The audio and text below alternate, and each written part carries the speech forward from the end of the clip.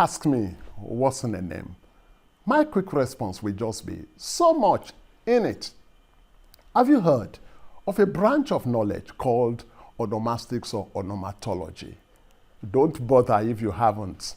It is simply the study of names, their meanings, their origin, their social significance, and everything about names. But I need to add that onomatology or onomastics as a branch of knowledge also has some subunits. You have anthroponymy, which is the study of personal names, toponymy, which is the study of names of places and locations. You have hydronymy, which is the study of names of rivers. You have theonymy, which is the study of names of gods and goddesses. You have oronymy, which is the study of names of mountains. You have theonymy, which is the study of names of gods and goddesses. You have glossonymy, which is the study of names of languages. You have ethnonymy, which is the study of names of tribes and peoples of the world. You even have egonymy, which is the study of names of brands. Did I list all those terms and terminologies so as to confuse you? Definitely not. It is just to make a point that names are very important, because let's look at it. If a whole branch of knowledge with so many subunits could be dedicated to the study of names, what does that tell us? Names are very, very important.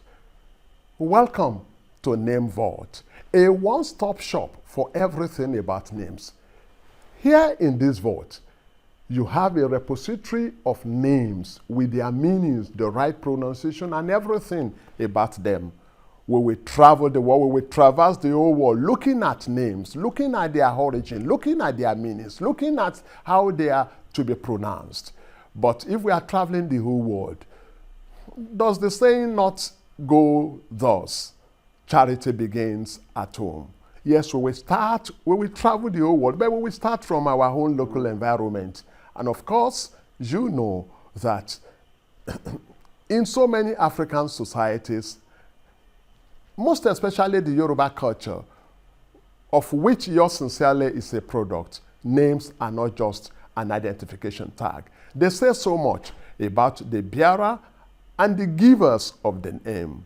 They say so much about the circumstances of birth.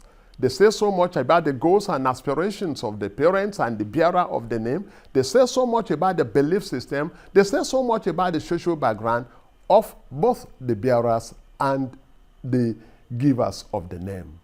Once again, welcome to Name Vault. My name is Ademola Ben Cranston Adegoke, and together we will be exploring the world of names. I said earlier on that charity begins at home.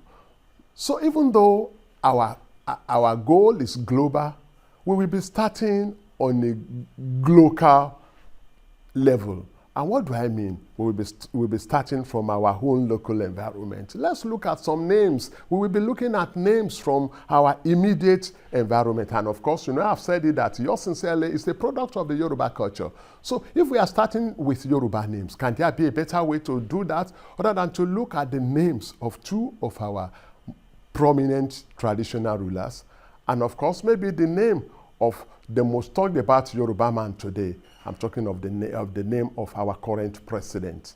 Okay, let's go. Here we go.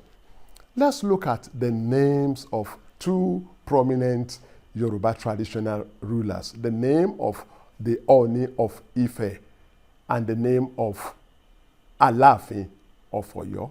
Let's start with that of Ọọni of Ife. We will start from the simplest, maybe to the most difficult to interpret. Let's look at Adéyẹyè. Adéyẹyè simply means this product of royalty befits the throne. Adétóyè. Adéyẹyè. This product of royalty befits the throne.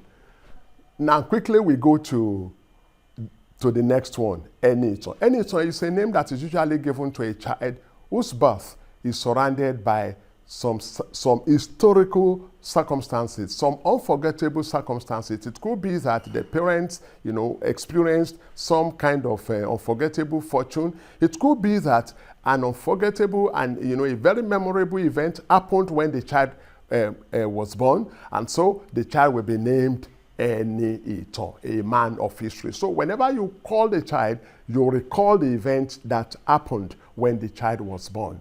Now we know Enitan. Now we know the meaning of Adeyeye. What about Ogunwusi? We need to break it down. Ogunwusi. And you know that whenever Ogun is mentioned, we are talking of the Yoruba god of war, the Yoruba god of bravery, the Yoruba god of invention, the Yoruba god of iron. That is the meaning of Ogun. Now what about Wu? Wu is to sprout, like you have planted something and it is sprouting up. But the word Usi is the one that may confuse a lot of people. Usi is an ancient Yoruba word that in standard Yoruba today will mean glory, Ogo, that will mean honor, fame, Okiki, and all of that. So when we say Ogunwusi, it simply means this product, this child that Ogun has given me. And of course, I need to say that whenever you see Ogun as a prefix before any name, you know that the parents of the child were devotees or their forefathers were once devotees of Ogun. So it's like saying this child that Ogun has given me will sprout up to bring glory, to multiply, to flourish, and to prosper.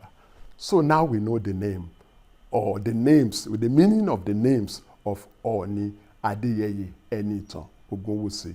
We go now to the land of Atiba, that is Oyo Alaafin, and we look at the name of the current Alaafin of Oyo, which is Abimbola Owoade.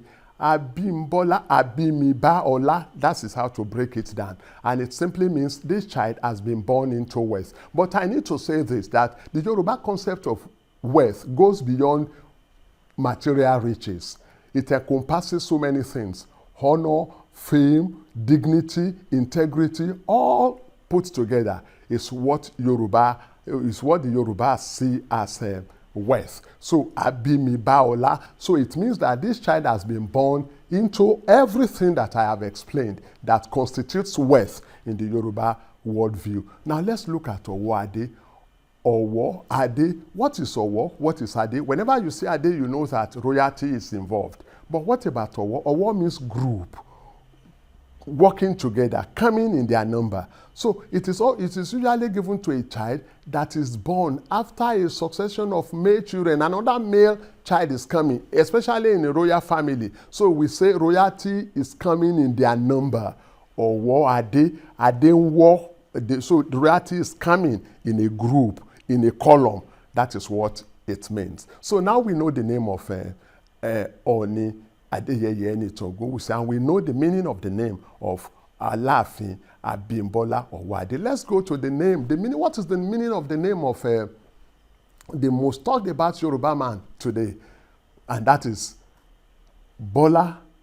I am not going to mention Ahmed because that is not a Yoruba name. But that is not to say that Ahmed does not have its own name. Maybe when we come to Arabic names, when someday we come to Arabic names, we may be looking at that. But let's look at Bola Akanbi Tinubu. Bola is almost similar to what I have explained about the name of the Alaafin, which is Abimibaola, Abiomoyibaola. This child is born into wealth, and you already know what the Yoruba concept of wealth is, so you understand that. What about Akanbi? Akanbi talks about specialness. Whenever you see Akon in a name, in a Yoruba name, it is talking about specialness, it is talking about uniqueness. So Akanbi means a child that is uniquely born, a child of uncommon destiny. So Akanbi speaks to uncommonness, it speaks to specialness, it speaks to uniqueness. So it's like saying this child will have an uncommon destiny. This child will be special. This child will be unique in the way he does things. And of course, we now go to Tinubu, Ibu, from the depth, Ibu. So Ibu in Yoruba is Yoruba word for the very deep of the river, the ocean trench, if you like. So whenever they talk about Tinubu, they are talking about a child that will have depth in everything, that will be deep in knowledge, that will be deep in vision. That is the goal. That is the aspiration of the parents when they name a child. Tinubu. So the forebears of, or the givers of that name, their vision is that this child will, have depth. Maybe that accounts for the famed political sagacity of our current president. Everybody says he's so politically strategic. Maybe that name has, an impact on him. After all, the Yorubas will say Oruko ni Omo. So whenever you hear Tinubu, you know that you are talking about depth. You are talking about uncommon intellectualism. That is what the vision of that name is all about. So now we know the meaning of the names of Ọọni. We know the meaning of the names of Alaafin, and of course, you know the meaning of the names of your president, Bola Ahmed Tinubu.